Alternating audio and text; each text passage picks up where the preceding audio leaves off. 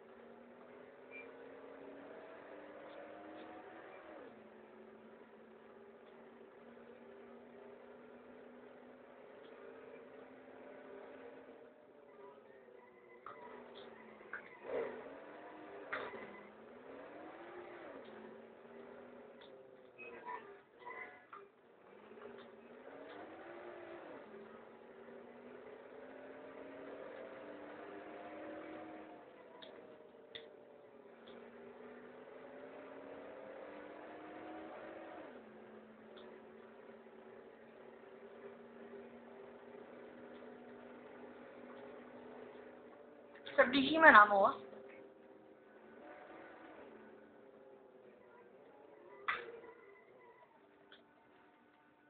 K místu, kde se nás střílí. Takže nejdřív musíte začít střílet do toho okýnka. Vám zabliknout a pak musíte jít na ten východní most, co tady je sklápecí.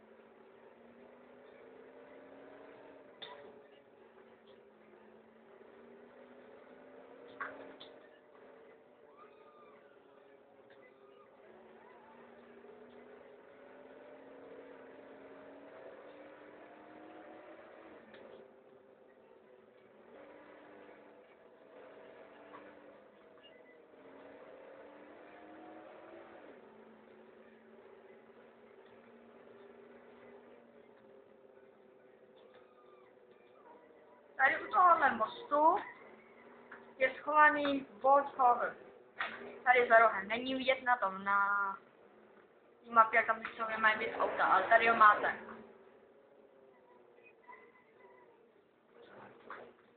Funguje to všechno, mají to zkoušet, takže vám doporučuji to zkusit.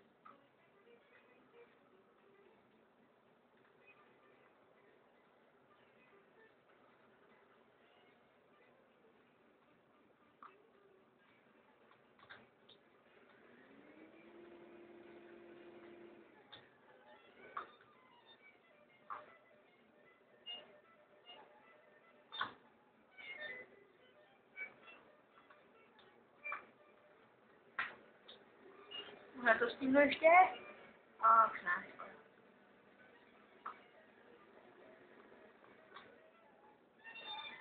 Taky bych vám doporučil třeba zkusit nějaký kódy. Znáte tak třeba kód munice, nekonečného nábojů.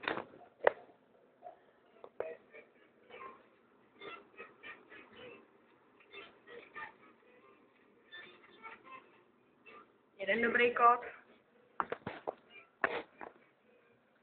Tak ještě další dobrý kód, třeba na to, abyste to udělali kabriolet. Ten kód se jmenuje JIDA, to ním nekývat tvrdý.